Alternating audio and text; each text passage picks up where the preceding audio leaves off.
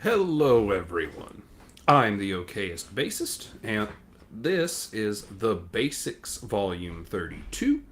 I just realized I didn't angle my camera better.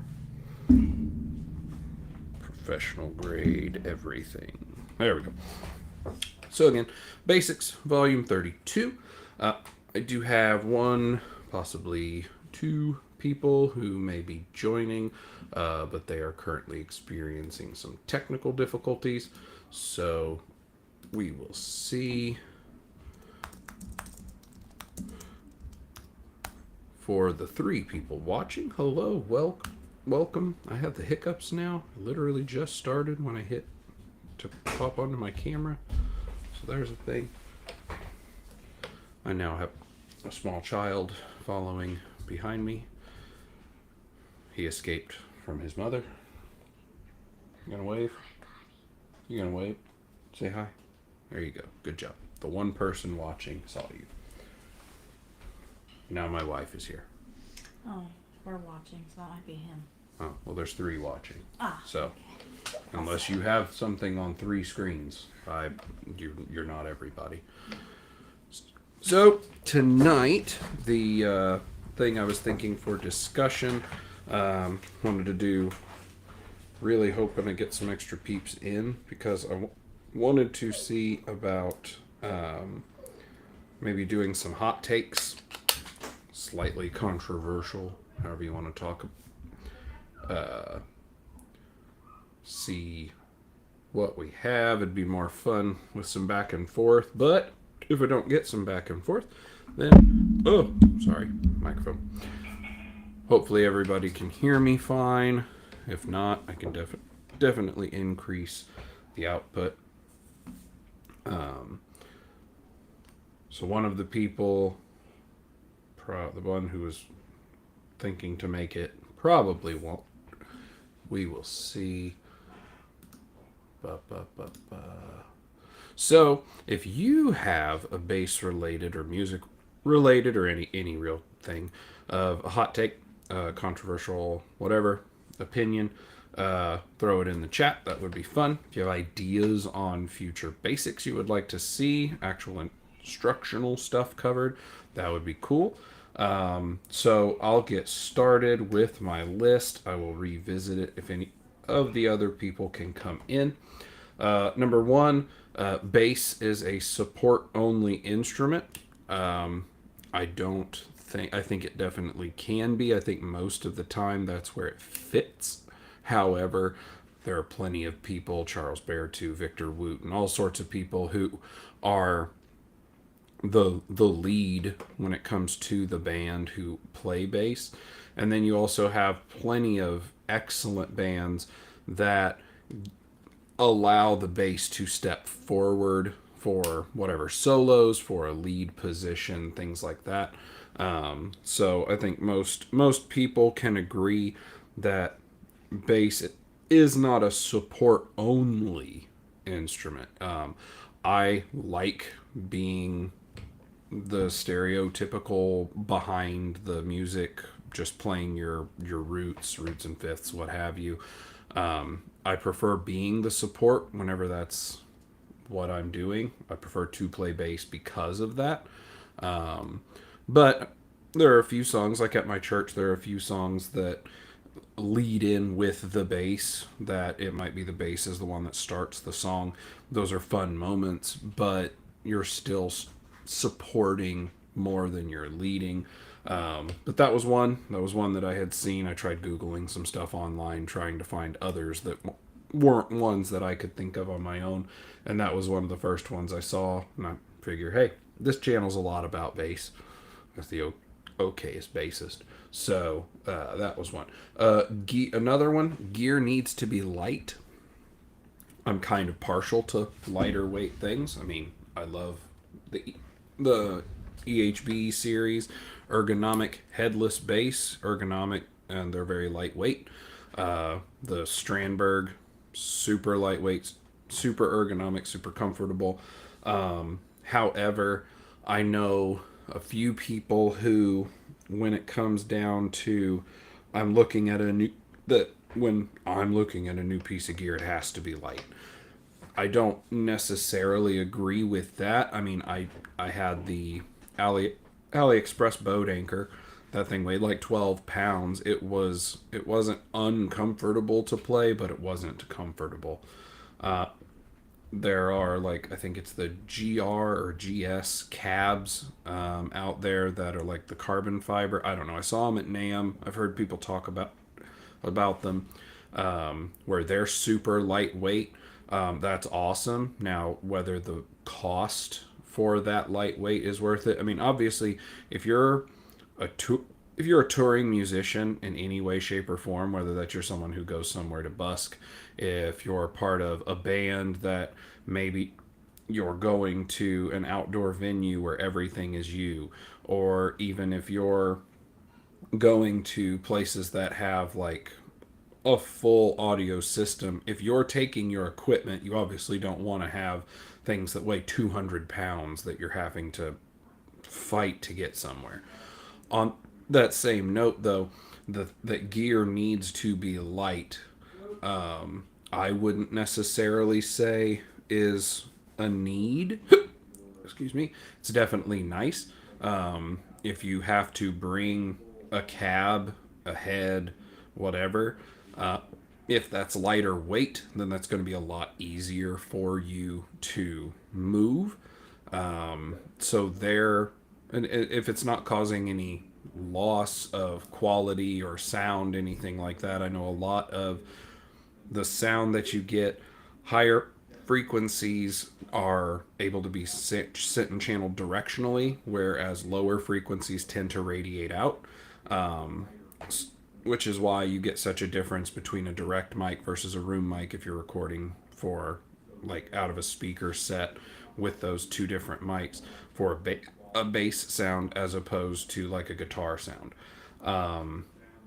However, if you're, oh well, this is my lightest cabinet, and no, it sounds nowhere near as good as my heavier one, then no, the lightness is making your life easier. But if it's losing significant quality to your sound, then no, that's not worth it. Again, if you're looking at a bass, there was a Sire F10 here. I had to temporarily send it back to get it corrected. There was some problems with the action. Um, it's very heavy. Hello, Dyno. Happy you could make it. One of Mr. Hiccups. I have been brought a glass of water. I was told to drink it. Apparently, it will help my hiccups. I don't know. I'm not a scienceologist. So, the like on basses, I do have Eins right here. Eins is pretty heavy. It's very heavy for its size, and it's pretty heavy as far as like a short. It's very heavy for its size. It weighs at least a pound or two, I would say, more than the EHB. And this has the same neck profile. They're both a 32 to 30 multi-scale, short scale. They're both headless, and the weight difference is noticeable, especially if you're just putting it on a hanger or taking it off. But outside of that, I wouldn't say that the EHB is better because of its lightweight. I wouldn't say that the Eins Lignum bass, I wouldn't say it's a worse bass because it's heavy. Now, again, if you have a bass that weighs 30 pounds, don't know if that's ever going to be worth that amount of weight, no matter how good it might sound. Again, it's all up to personal preference. We, as people playing music, are there to serve the needs of the song.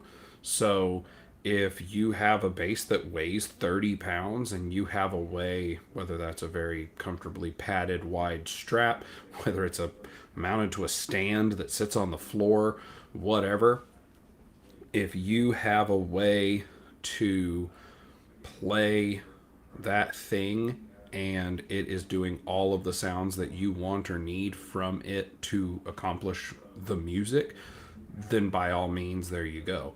It is not necessary that instruments or any of your gear be ultra lightweight. It's not like we're going long distance backpacking where every pound that you're carrying is going to drag on you. But again, if you're a touring musician, that same thing could also be for size as well as weight. As cool as it is to have, a 4 by 10, a 4 by 12, as cool as it is to have an 8 by 10, 8 by 12, whatever. If your only vehicle to get you to and from things is a standard or a compact car, that's going to be out of the cards by the time you're trying to load any of this kind of stuff in and out. Same thing for weight. It would be cool to have the bigger stuff, but if you can't manage it, then you can't manage it. If you're someone who's 5'10" and you weigh 120 pounds and you're trying to wrestle an 80-pound or more stack, I don't know if that's going to work out for you. So gear needs to be light. Again, another thing, another hot take. I don't agree with that. Light is nice. I mean, I've never had a bass that I've picked up and thought, okay, this doesn't weigh enough. But I can imagine it. I could imagine going and grabbing an instrument and being like, whoa, okay, there's not much gravity in this one. And then I could see where it could also be uncomfortable if you're trying to play, especially sitting down, if the weight isn't there to balance itself, if it just feels like it's not there or floating away. I could see that being a problem. So could be slightly to the reverse. Another one that's kind of three things all together, that name brands are best. I think anybody with half a listening ear and half a mind for critical thinking understands that that is not true. There's any number of channels and videos that you could look up to show, okay, we've got this 3,000 or more dollar base versus this $300 base. I did, a professional setup on both of them, and then you have a blind playing of the two, and they could sound identical. In plenty of cases, they might sound just as good as each other in different ways. Brand names do not make things better. Brand names can release crap just as possibly as a non-name brand can release crap.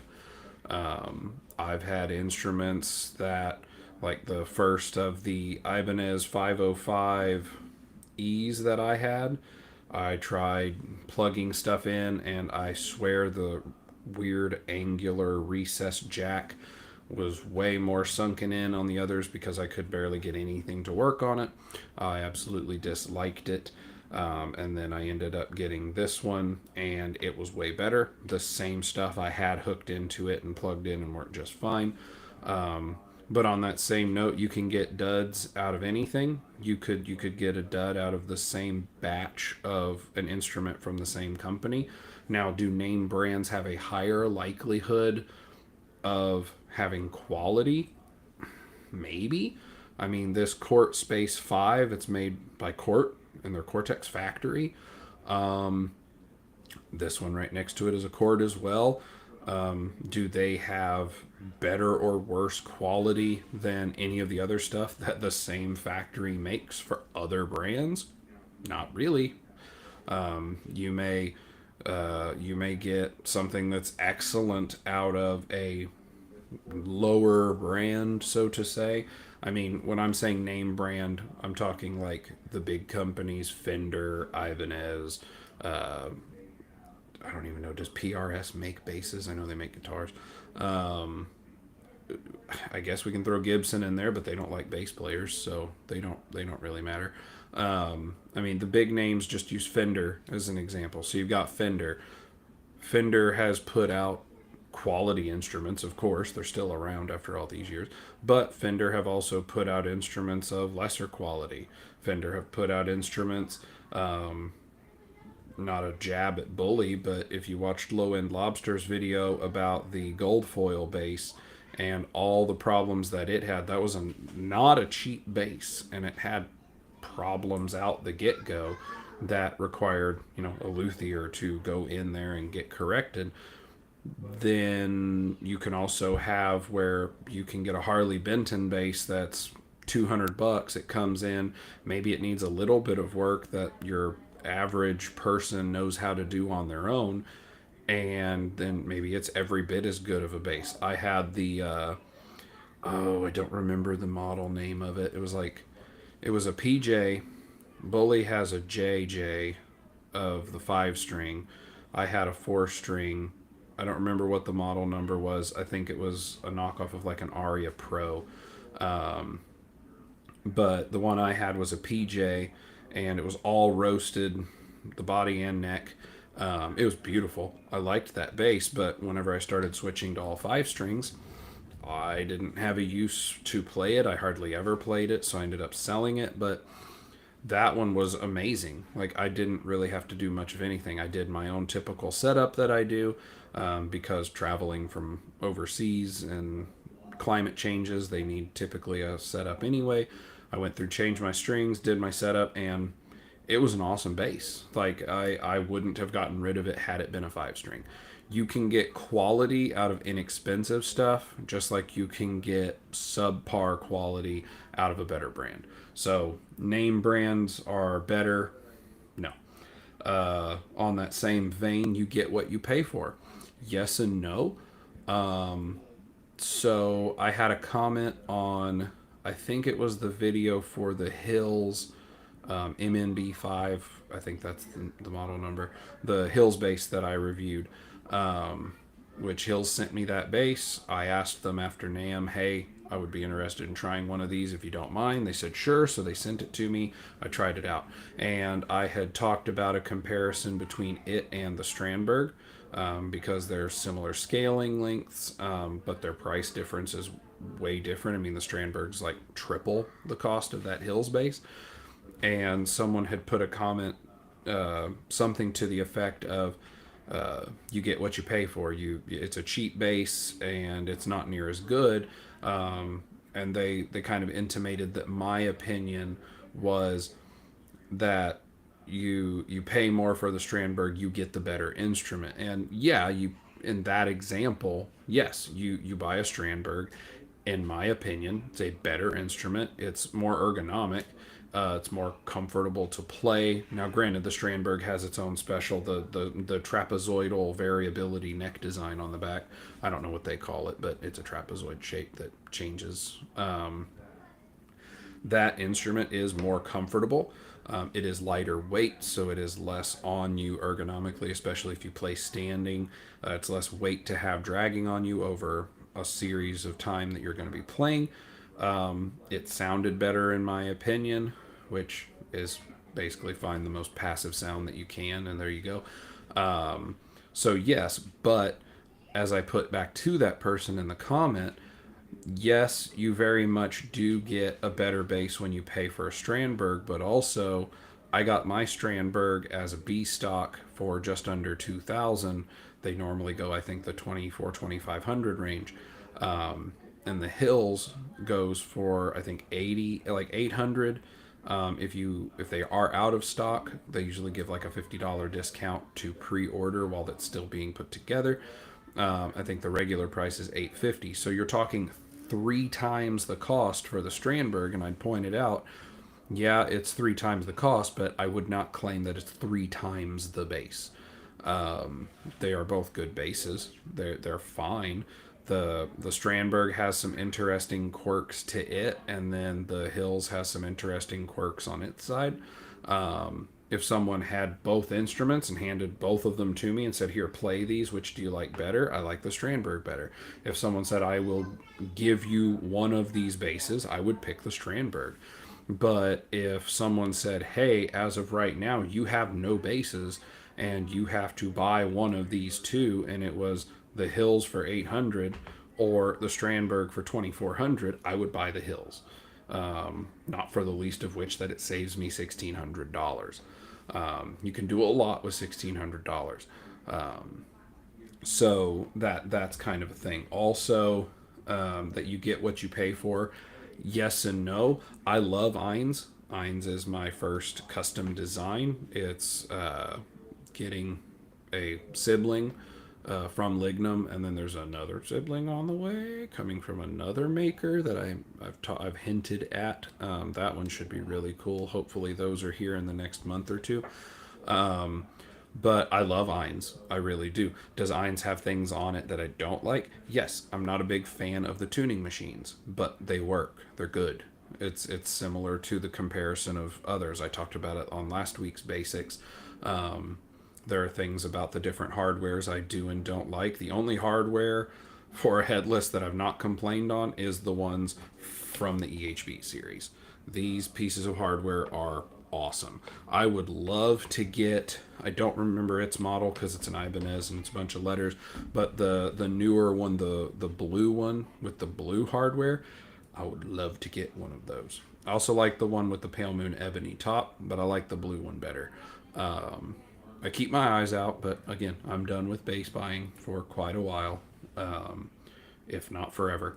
So we will see if that ever happens. But I love the hardware on these. I have no fault whatsoever with this, the Ibanez headless tuning hardware. But Eins cost me significantly less than it probably should have. While at Bass House at NAM, I did have everyone who came there tried it out. Some it wasn't their cup of tea. Some it was their cup of tea. Like Hondo Felder, he tried it out and he didn't know the story behind it or how much I had paid. So Bully asked him, like, how much do you think that would cost? His guess was 60 to 100% more than what I actually paid. And that's not that I got like a super awesome great deal. It was, if you watched the video, I'm sorry if you did. If you watched the video, the full like back and forth timeline text talking between myself and Gustav from Lignum Art, we went back and forth on here's my price range. What can we do in that price range? Can we change some stuff? Can we use lesser non-name brand hardware? Again, on name brand, I don't care if it's a Shaler, I don't care, or Schaller, however you pronounce it. I don't care if it's something by Goto. I don't care if it's something by Hipshot, as long as it's something that works and it's going to last. I don't care. Could I have gotten better hardware and maybe would I have liked it better? Absolutely. Would it have been worth the $200 to $300 more? Maybe, probably not. So, but Eins cost me approximately what the Strandberg cost. These two cost about the same. By the time I had them shipped, got them. Would I say that they're equivalent? They each do a thing. I'm always going to be partial to Eins because it was, a collaborative design between myself and Gustav, and I really love the aesthetics. But if someone said you have to pick one that is a better bass, it would be the Strandberg. Strandberg is lighter, it's more ergonomic.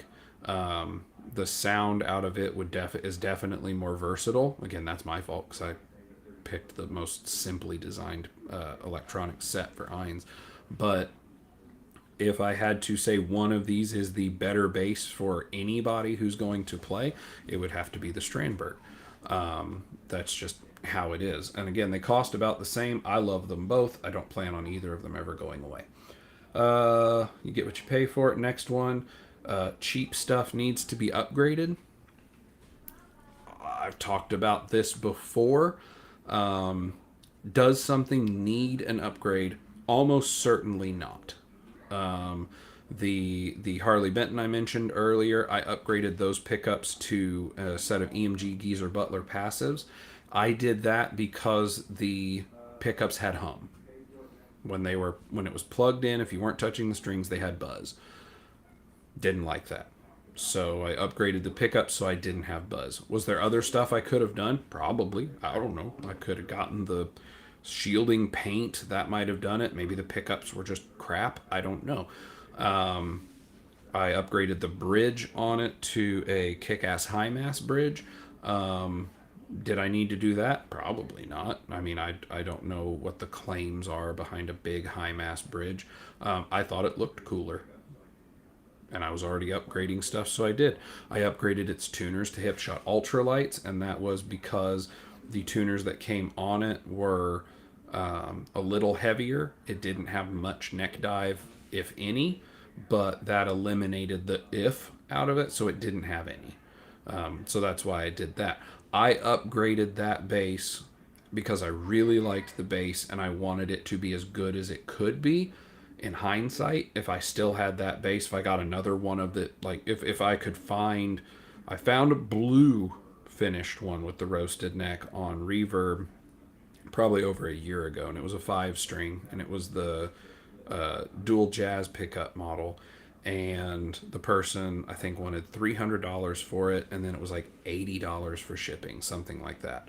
And I knew the shipping shouldn't be that high. I'm sure they were just doing that to cover it no matter where it was shipping. I'm going to drink some of this water my wife told me to drink.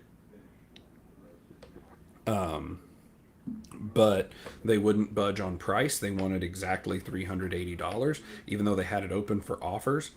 I don't know what they sold it for because it ended up selling a couple weeks after that I had sent my offers.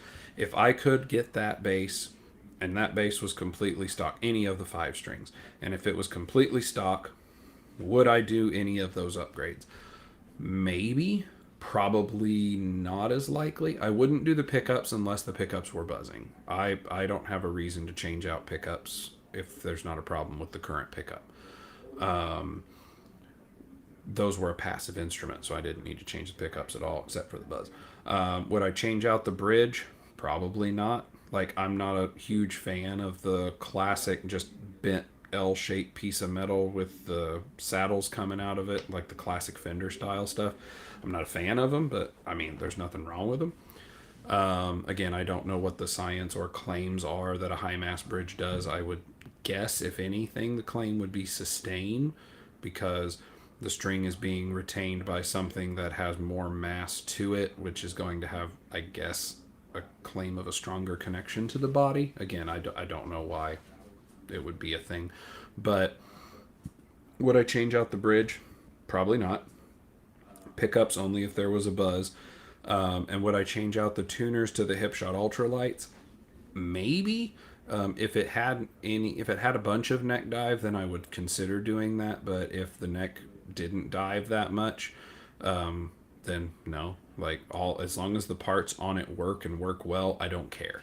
So again, does cheap stuff need to be upgraded? I'm talking about the instruments themselves. I don't know of upgrades you do to anything else. I don't think, maybe there, I don't know, maybe people hot rod amps and change out. I mean, you could change out your speakers in an amp.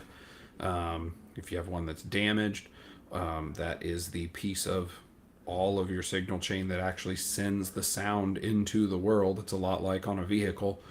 The only thing that touches the ground are your tires. So you could have the best, coolest engine and transmission and vehicle paneling with the cool exhaust and everything else, but if you don't have decent tires on it, that's what touches the road. So your speaker is what actually sends sound places. Everything before that speaker molds the sound. But if like, my argument would be, if anyone wants to say that a speaker, whatever speaker's in it doesn't matter, okay, walk over to it and take a razor blade and cut a bunch of slashes in that speaker and tell me that it didn't matter that much. You can get by with a pot that's not that good. You can get by with a cable that's kind of janky, as long as it's not losing you signal. You might pick up buzz, you might pick up noise or static for sure, but the speaker's the only thing that makes anyone hear anything. So that would be a thing there. Innovation versus tried and true. There's a bunch of arguments on either side of that. You have people of, okay, well, if anyone, you don't need more. I mean, you have the Jocko only needed 4. You have that there's a reason that the P bass still exists today, even though it's whatever, 60, 70 years old at this point. Very valid points. You can get You can play basically almost anything you would need to play on a 4 string. Sure.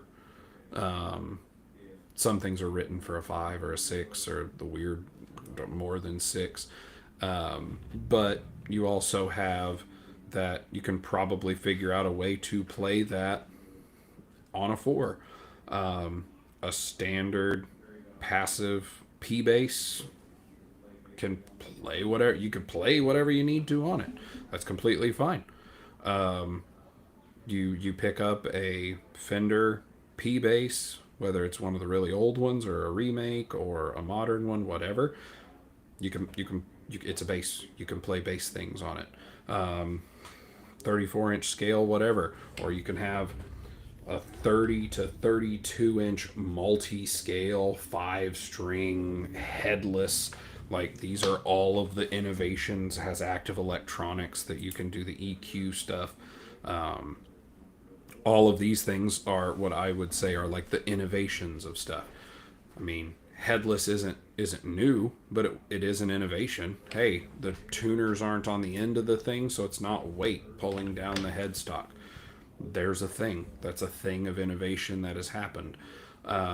You have, again, multi-scale.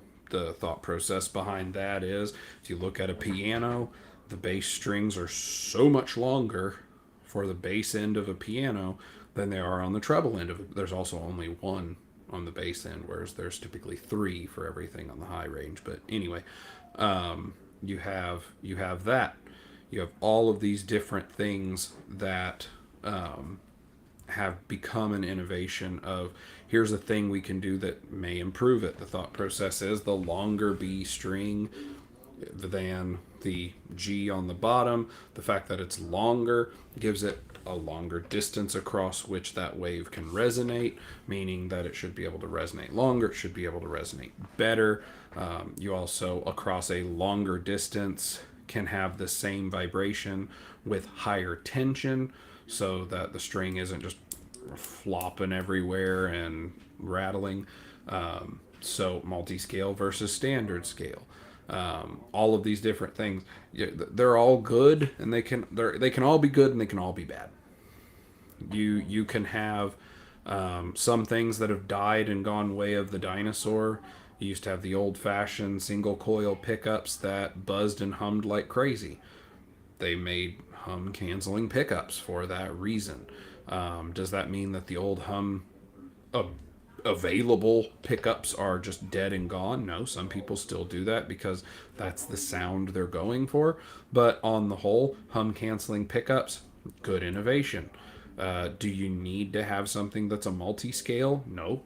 Obviously, 34-inch standard scale works for the vast majority of things. I don't know what the percentages are, but I would be willing to put money that it's over 60% of all the basses made and sold are a standard scale of 34. I'm probably higher than that, but that would be my guess, around 60 or more.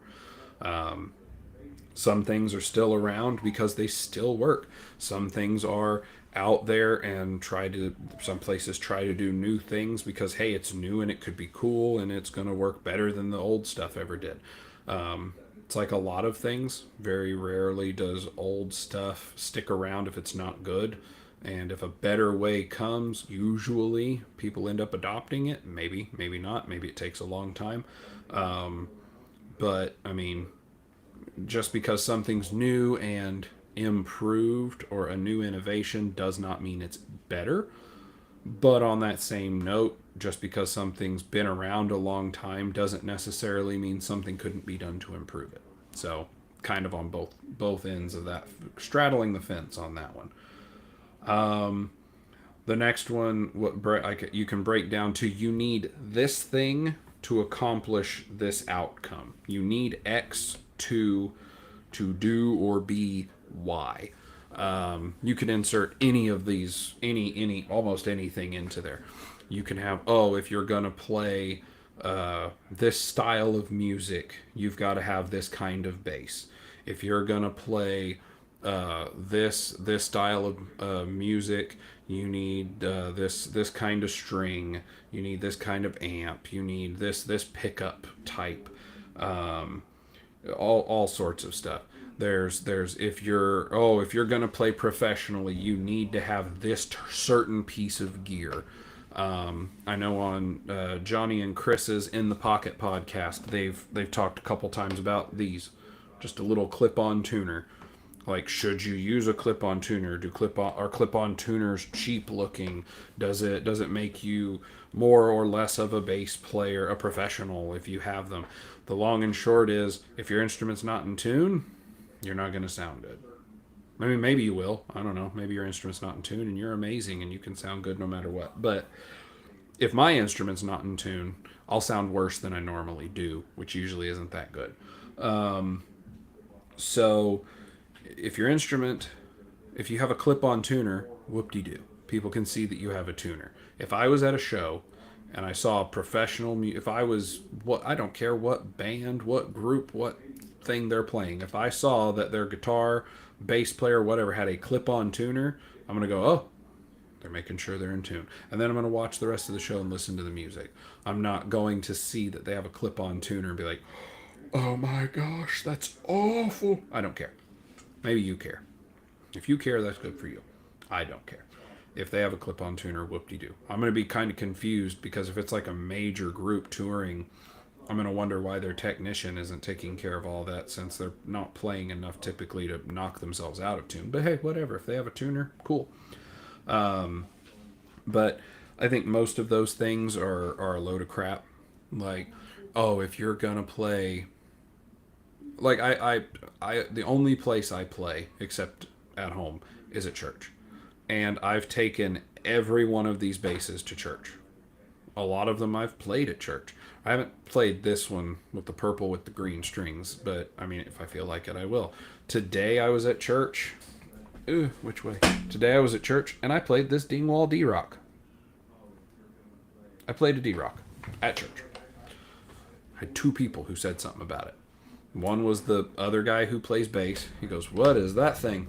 And I told him it's a Dingwall. He goes, "Huh, sounds French." And then he walked off. And I was like, well, it's from Canada, so probably.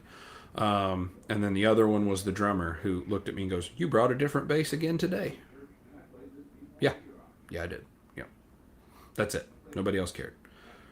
It's an outlandish looking bass. Okay. I bring an EHB. I've brought Ines. I've brought the Strandberg. I've brought the Close. It doesn't matter. Like, you can play whatever style of music you want out of whatever bass you want. If somebody's a heavy metal bassist in a Metallica cover band and they show up with a P bass, okay, cool. Somebody shows up to play bass at a honky tonk with whatever, with a country western band, and they have an EHB, probably okay. Show up to a big jazz concert, recital, whatever they're called, and you have a Strandberg. I don't see why that's a problem. Now, granted, some people are weird. Some people get real upset that you don't have the thing that is expected, and if that's the case, that's fine. They can, like, whatever. I can't think of anything that I would say is a universal. You have to have this thing to do this thing, except that you have to have an instrument in order to play an instrument. You have to have a signal chain. You got to have a bass. Got to have a way for signal to get from the bass to something, and that something makes sound. Whether that's a cable, whether that's a wireless transmission system, whether the thing after the cable or transmission system is a direct box, whether it's an amp, whether it's a head, whether it's a pedal board, what have you. All of these things, just, you gotta have an instrument and a signal chain of some sort, and then eventually you need speakers, whether those speakers are in a headphone or whether they send signal out into the world, whatever they are. That's about the only ones I can think that you have to have. The instrument has to have strings and pickups and that, but again, not getting into super semantics, which I usually love. That's about the only you need X to do Y. Your sound is static, and I don't mean static as in the noise. I mean that it is a constant single thing without variation. I've heard plenty of people talk about it. Okay, here I am at home. I'm in my little studio. My studio is, I don't know, maybe 12 by 14, if I was to say the biggest guess is that that's about how big the room is. I have a little 50-watt Glenn Hughes special edition orange Crush 50 right in the corner on the floor. If I'm not using that, I might be using the Spark Neos directly, or I might have the Neos as the monitor hooked into my Focusrite Scarlett Solo. That's my signal chain. I have all of the knobs on the amp set to noon except for one, maybe the gain. Yeah, except for the gain. The gain knob's all the way down because anytime you turn that thing on, it starts getting it gets angry. Like drive distortion, whatever you want to call it. And I don't care for that. I just like a clean DI sound. So that would be a thing for me. Again, my choices are different, but I have different sounds that I prefer the same sound. So what I would say is your signal, your sound, however, doesn't stay the same. I know at some point Bully, possibly Bass Clef Connoisseur, someone's going to come in at some point to talk about, like, best example I can think of that everybody knows is dialing in for a room. Different rooms cause different acoustics, so you may have different needs of how to EQ that. So just because you have a sound that you really like, it won't translate necessarily to a live situation, depending on the room, the size, the venue, as well as in a recording situation. You may have the coolest, best sounding bass sound ever, and it works great when you play to tracks. It works amazing, sounds cool, all of that. But maybe at a different time you're with a different group, different band. Maybe you're not playing to tracks, you're playing with live people, and you may have to change your sound slightly or a lot. Who knows? But it looks like we did get someone to join in, so I can get some of these things with some, hopefully, some differing opinions. We have Dyno Dan, the bass man. There he is. You there? Yeah, can you hear me? I cannot hear you.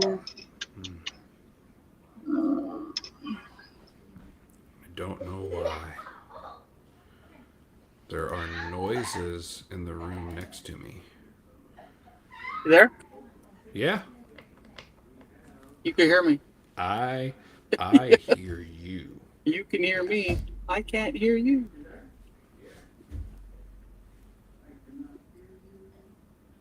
I don't know. I don't know what's going on. All right. But Let's try this one more time. okay. What are we trying? Okay, goodbye. We've lost Dyno. Dyno down. See if he joins again. Okay, he's joining again. Let's try again. Here we go. Boom, Dyno Dan, the bass man. Is he live? Can he hear me? What? Can you I can't hear you. me? Oh, that's sad.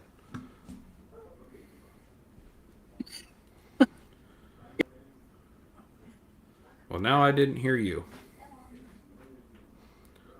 Didn't get any noise out of you that time. I can't hear you now. Now you can. Now I can. Now you can. Can you hear me? I can't hear you. Can't No. hear me. Oh, that's a problem. Ah, Try one Well- thing. let's try that. Now I can't see you. Can you hear me? This must be what that guy from the old Verizon commercials felt like. Can you hear me now? Bye, Dyno. Okay. Well, that was fun. Dyno Dan, the bass man, everybody. Let's see if he comes back again. So your sound doesn't need to stay the same exactly. You may have to change sounds just because you have your settings. Doesn't mean that those settings need to be set in stone and are unchangeable, or you won't be you with your sound. be willing to make changes if you have to. Okay, we see a Dino Dan again. Here we go. Boom, Dino Dan again. Now we got it. Now we've got something, he says. He can hear me. Yeah, I was running through the link, so it was still going through Instagram, I guess. Uh, And so it didn't like that. But now we're good. there we go. Now we're good. So we can Boom. go to the next one. This one kind of goes in line with what I'd said earlier about like expensive versus cheap gear. Better gear makes you sound better. What you think on that? Better gear makes you sound better. That's not necessarily true. Yep, I agree. I think you could. I think you could have the coolest, best, most expensive bass that someone's ever had, and if you're me, you're still going to sound awful with it, whether you're playing a good bass or not. So If you're both of us. we'll see. There, I think it'd be. It probably wouldn't sound good if we both tried to play the same bass. That would be. Here, you pluck it, and I'll do the frets, and we'll see what There you happens. go. That'd be something. So So yeah, I yeah, mean, so I think there's a thing to that, right? Obviously, if you're a well-established player and you have a P base that is entry level, um, versus a custom shop P base from somewhere else, it's not gonna it's not gonna help you sound better because you'll already sound as good as you could sound. yeah, Like because it's like they say, it's the player, the instrument is just kind of the thing. yeah. I mean, you get somebody who's a super good bass player, and you hand them $100 Walmart bought like first act from back in the day. They're still gonna, as long as the thing's set up and isn't like messed up in some way, they're still gonna play it and sound good. I Yeah, mean, so they're there's definitely like two things of that, right? If you're playing a bass that has humming issues versus one that doesn't, well, the one that doesn't is going to make you sound better yeah, because you don't have to contend with the hum. But it's your initial skill, really. That yeah. yeah, And the same, like you have. I don't know if you've ever watched the In the Pocket podcast with Johnny and Chris. yeah, They've talked about like their touring rigs, gigging rigs, and you have Johnny who changes out stuff on a decently small pedal board pretty commonly. Like, oh, I like this drive more right now, or I really like this certain compressor pedal, whatever. But then you have Chris who uses, I think he uses a quad cortex. So you've got right. a $1,500 all-in-one block. So do you? And then like on one of them, he was talking, and Chris had said, if he lost everything, like to a fire or whatever, insurance gave him the money, and he had to start over. Like he didn't think he would buy a quad cortex. And it's like the more expensive, amazing gear like. You have the anagram that Dark Glass just released a little bit ago. I mean, that has like all of the stuff that Dark Glass has more or less built into it, and it has all sorts of craziness to it. But if you take somebody like freaking Nate Navarro who plays magically, I don't understand how he does half of what he does. You just see his fingers doing stuff like this, and Right, sounds come out somehow.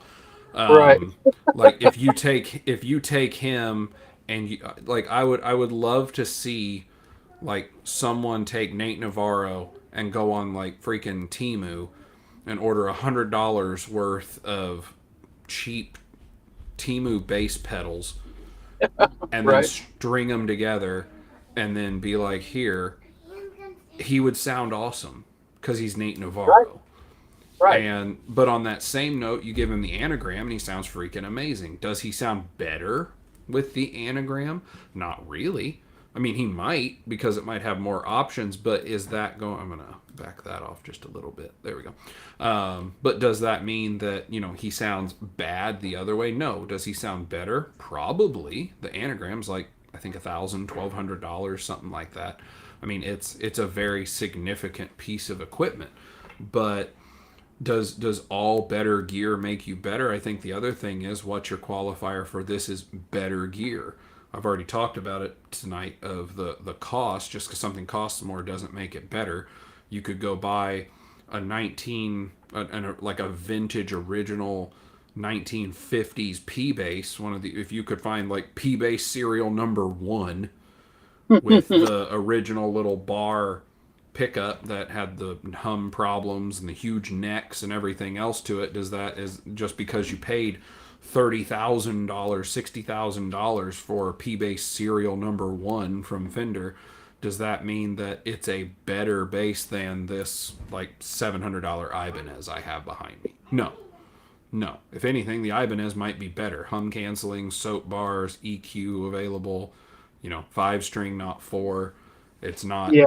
first of all, something that expensive. I wouldn't want to touch it because I'm worried I'm going to drop the thing. But Which, yeah. by the way, I've had a chance to play with a BTB, play around with one. Which one? Uh, which one? They make more than one. I think it was a Oh, yeah. 745. Let's see. 745 maybe? 745. Was that the one with the dark brown on the front? Yeah, the light brown. It's a Yeah. neck through. It's It's a, so yours, was it a 5 or a 6? It was a 5. Yeah. I've seen one 5. of those. I've thought about picking one up, but they didn't. It's weird. Their electronic schematic through Ibanez shows that there's a passive switch, but I've never seen any of them with 2 switches. They only have the Oh, mid-frequency selector switch the one I that just I've played seen. had 2 switches. Ah, cool. I I've seen didn't. them. I didn't check to see if that's. Yeah, one was a 3. It had 3 clicks, and then That's the one just had, mid-frequency. the one had 2 clicks. So that might have been one that had the active passive. The 3-click is the mid-frequency selector. Okay.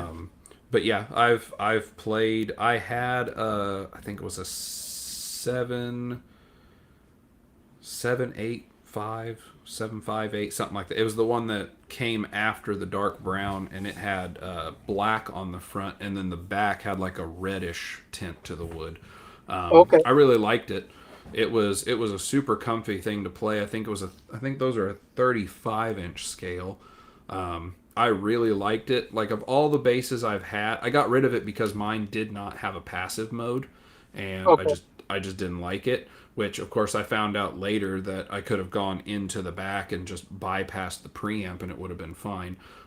Oh, But I didn't know that that was possible without all sorts of stuff, and I didn't want to buy new pickups and I would yeah. have just dropped some EMG passives in there for solderless wiring. But I didn't want to do all that, so I got rid of it. And in hindsight, it's I think it's about the only one I wish I hadn't gotten rid of. But yeah, Okay. there are other BTBs. There are BTBs that aren't single. The one you're talking about, was it a single cut? Single cut. What do you mean? Where's that? Shaped like this, where there's no upper horn. It's just completely solid all the way down. No, it had like 2 horns. Okay, so they have some that are single cut. They have some that are the double cut. Okay. The one I had was a single cut, but now there's right now I know there's one. It's like MLM something or other. They come in a few finishes, but I had one that was white with a maple neck, and I think it was a 35 to 35 and a half to 33. And then Okay. there's the 605, which is the same scaling as a Dingwall, a 37 to 34. Okay. I've played a couple of those.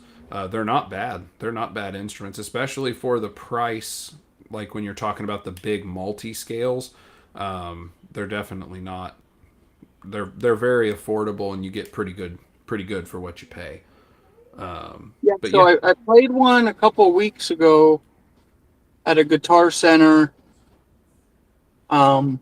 And I just picked it up. I was messing around at a guitar center, and I was like, "Oh, check this out." Bye, Dyno. Oh, Okay. that was some good timing. You said check this out, and then you disappeared, and we didn't get to check it out. Well, you know what? I just got to my house, and I bet you I hooked up to my wireless, so my Wi-Fi. Okay, so I played it, and I thought, man, it sounded really good for the B string. Um, it was nice, and yeah, I was Yeah, really impressed. yeah. I have a I think it couple was a of thousand bucks. yeah, I have a couple of videos on BTBs on the channel. It's they're a nice series. BTB, I don't remember what it stands for, but I want to say that it's like their boutique, more boutique line, trying to take on like higher, more premium stuff instead of like their sound gear line.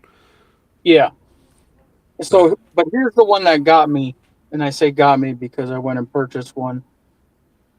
The Mark Bass GV something 5 string. never played a Mark Um, bass. I was really impressed. Um, really impressed. It just had this feel to it. The neck had a great feel. Um, Is that like a jazz bass? Like two jazz pickups? yes, it has. GV5. Yes. Now Is yours here, the? Is it here in like the a state, tobacco burst with a maple neck? no. So here in the Oh, states, they have the tobacco burst. They have a yellowish one and a green one. huh.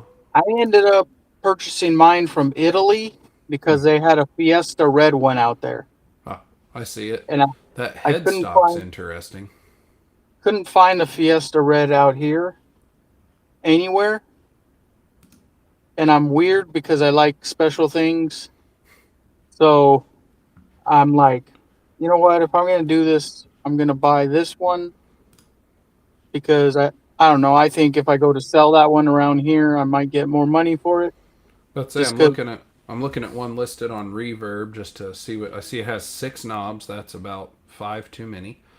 Um, that the headstock's yeah, interesting, having that red section on it, and then it looks like it's a maple neck with like gold. Is that like gold pearloid block? yeah, yeah. Huh.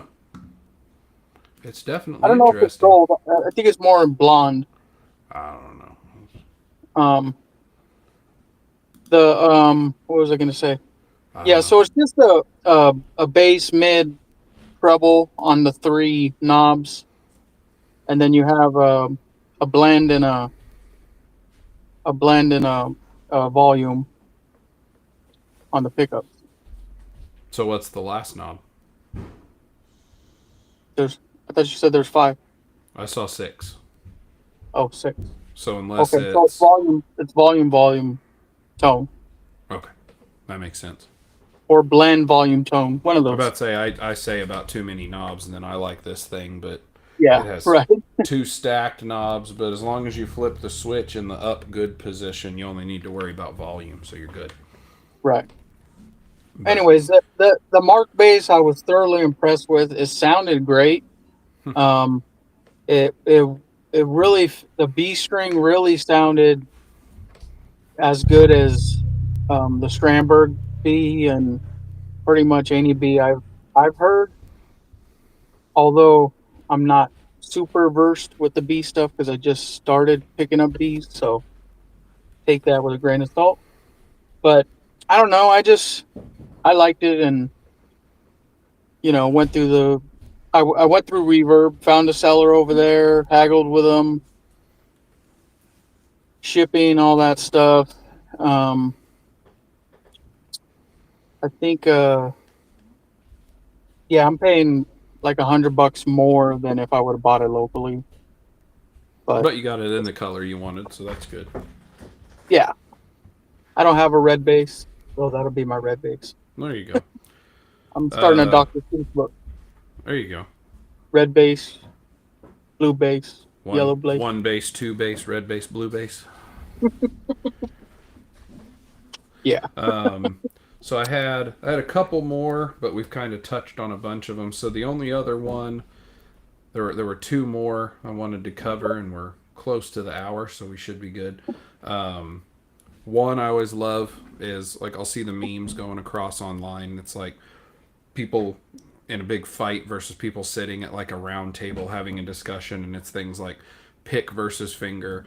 It doesn't matter. Depends the style of music you're playing and what you're comfortable with. Number of strings, I touched on that earlier. Yeah, okay, Jocko only needed four. Okay, good for Jocko. I'm not Jocko. Some songs are written to be played on a five string, a six string, what have you. If you need to hit the 24th fret on a high C string, you're not getting that done on a four string bass. That's a six string territory. That's just how that is. But one I do want to cover before we end, because I'm interested, especially because you're, as you say, you're a newer player. So, what are your thoughts on there are certain steps you have to follow when learning? Like you have to learn certain things. Obviously, you have to learn how to hold it. You have to learn how to tune it. You have to learn, how to change strings. These are all things that obviously you have to know before you can do those. But things like use like Scott's bass lessons. One of the big things they talk about is if you're on YouTube and you're just jumping from subject to subject. On one of their videos, they said that they'd had a lady who was in one of their programs who she'd only been playing she'd been playing less than a year, and I guess she'd memorized all the modes. It's like, okay, but do you know how to Right. do you know how to do any of this? And she's like, no, I have no clue what you're talking about. But if you want me to play a Lydian, if you want me to play a Phrygian dominant, or I don't even know the modes names. I think I'm saying actual names. So, like, obviously there are certain things that you do need to know. Like, you need to understand how, like, to pluck a note and then let it die or mute it, things like that. But would you say that there is how much merit would you give saying that there are certain things, as far as once you have the basics down, that you have to learn in a certain order? Um, Once you have the basics down, I think everybody kind of learns differently, and so the way you learn, that's going to affect the order in which you learn things. Um, I I still don't get a lot of the music theory stuff of playing the bass.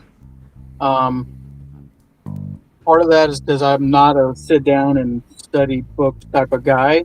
You know, I when I got back into playing the bass 2 years ago, um, I did the badass beginner of the badass. That's the one I subscribed to, and it was just because I can buy it once and reference it anytime I need to after that. It's not like a subscription.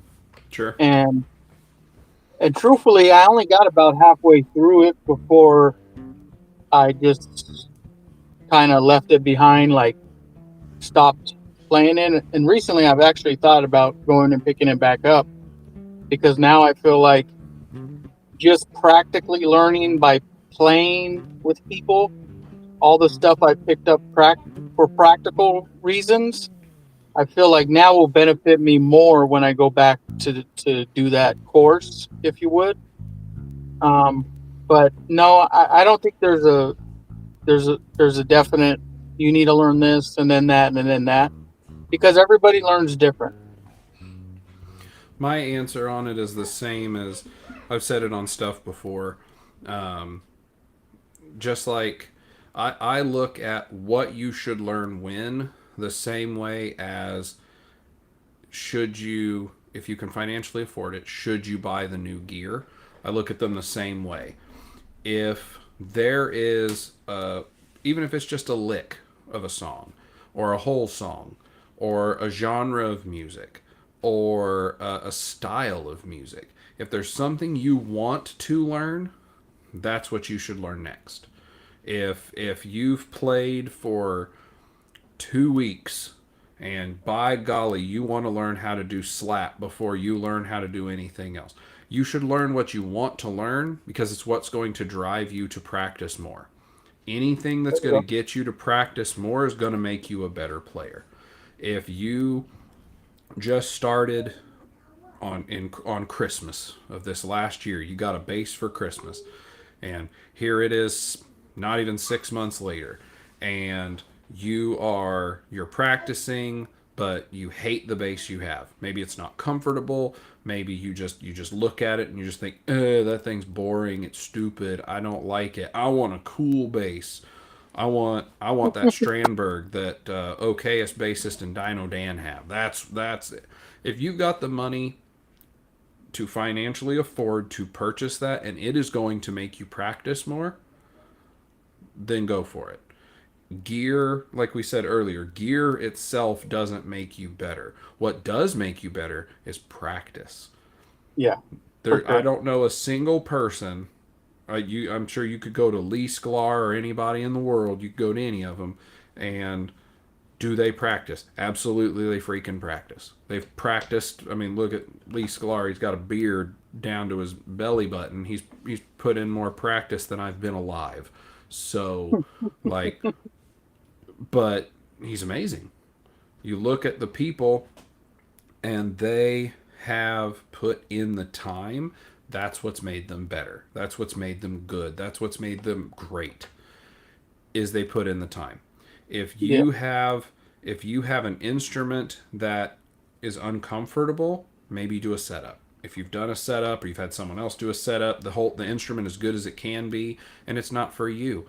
My kids are short, freaking little kids. My two older ones, they're small. They're small people. The middle of our kids she's 11 now, and when she was, I don't know, 9, she wanted to learn bass and guitar and piano, the stuff that I know how to play. She wanted to play, so I got a little 30-inch short scale bass, handed it to her, and to her it was like reaching all the way out trying to play the thing because she's tiny. If she were a new bass player and someone was like, "Oh, okay, here you go. Here's a P bass, 34-inch scale," and she's got to be halfway up the neck to be able to play the thing, well, that's not going to work very well for her. So, I mean, if you have an instrument that's not working for you, obviously you're not going to practice very well because your instrument doesn't fit. But barring that, again, if it's something, or maybe somebody really wants a red bass. Clifford They just wants a red bass. There you go. Well, that might be Emily Elizabeth who wants the red bass to match Clifford, but I mean, and it could be so. Your wife sending you messages? And she put 2 D's. I don't know what that Yeah. means. If I was to, I don't know what that means. She just duh. Maybe I don't know. But I mean, the long and short of it is, if you have, okay, now I guess that's the boy typing. So long and short of it, if you have an instrument that you're comfortable playing and you like it, you're going to want to practice more because you like that thing. Having multiple basses, I've come in here and just went, I feel like playing this one today. There you go. That's the one that I felt like playing.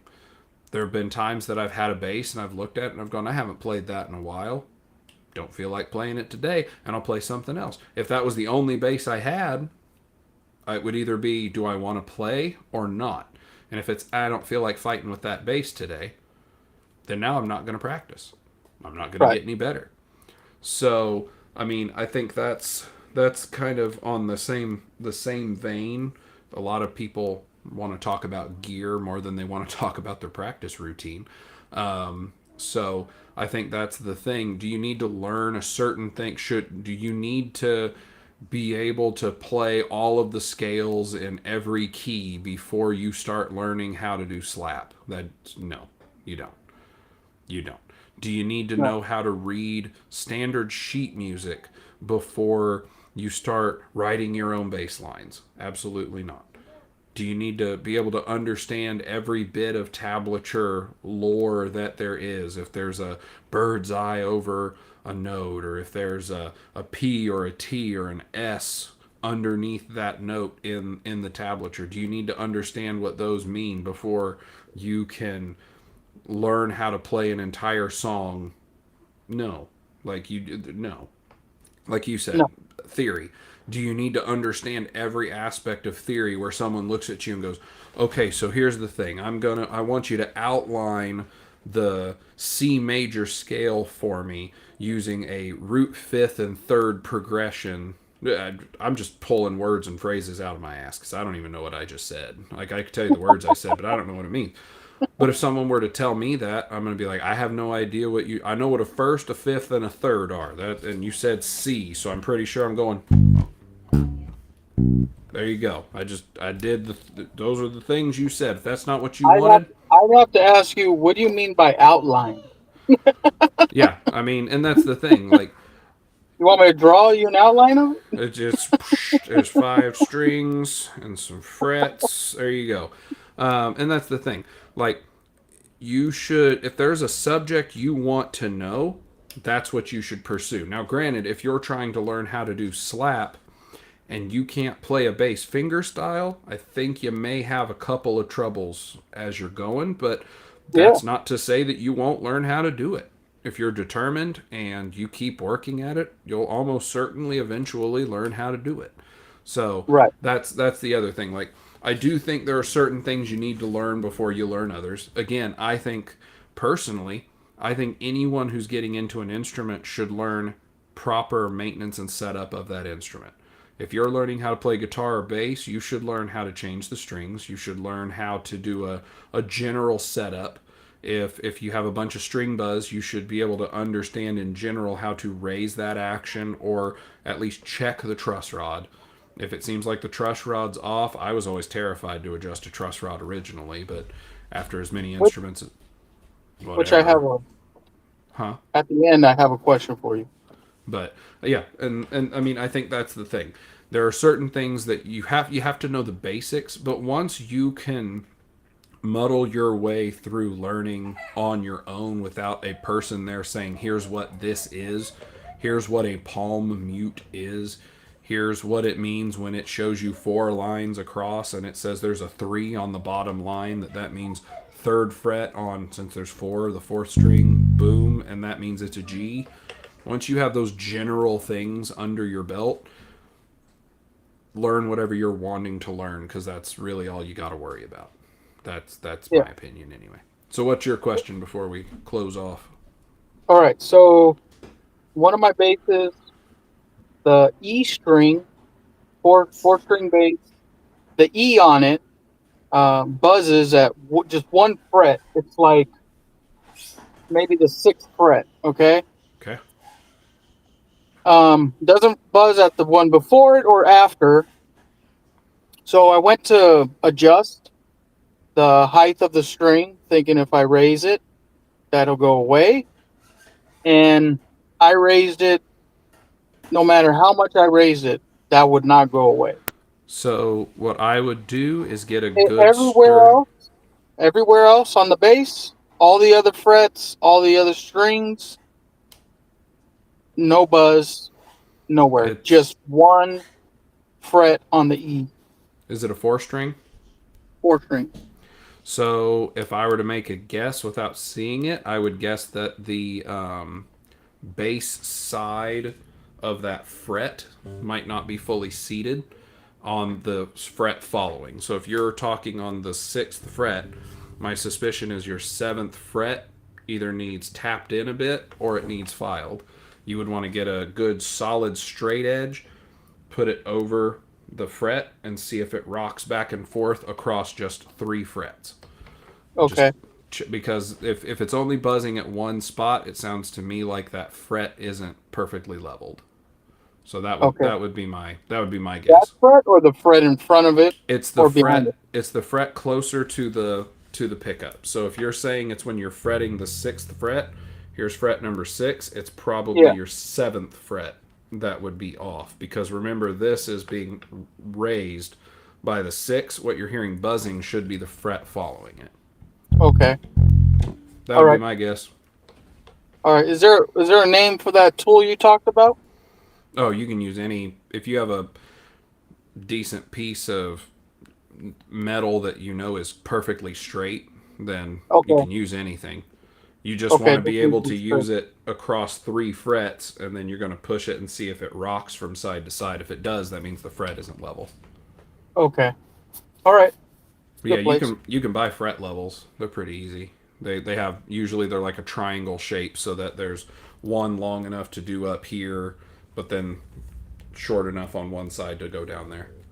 Okay. It's called a fret level. I All right. think so. I don't know. Cool.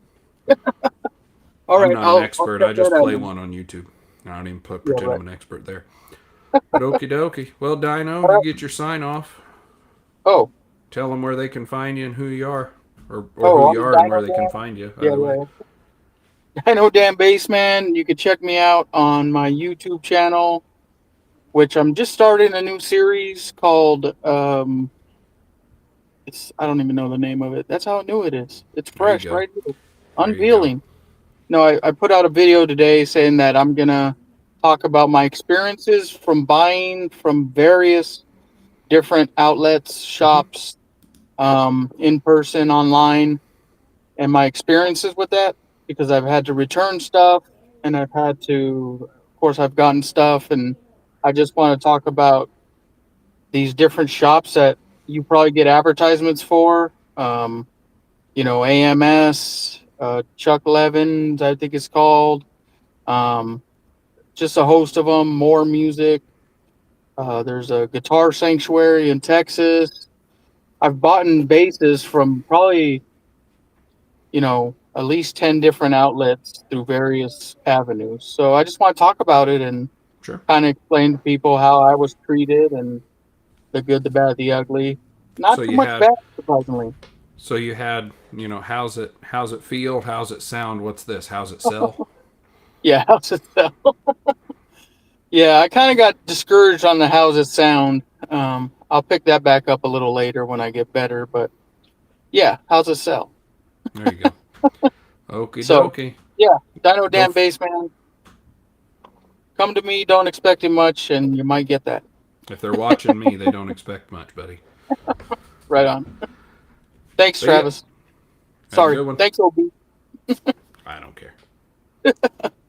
Peace. Bye bye. Okay, so, and as always, I've been the okayest bassist. Thanks for stopping by. Thanks for watching. I hope you have a wonderful day.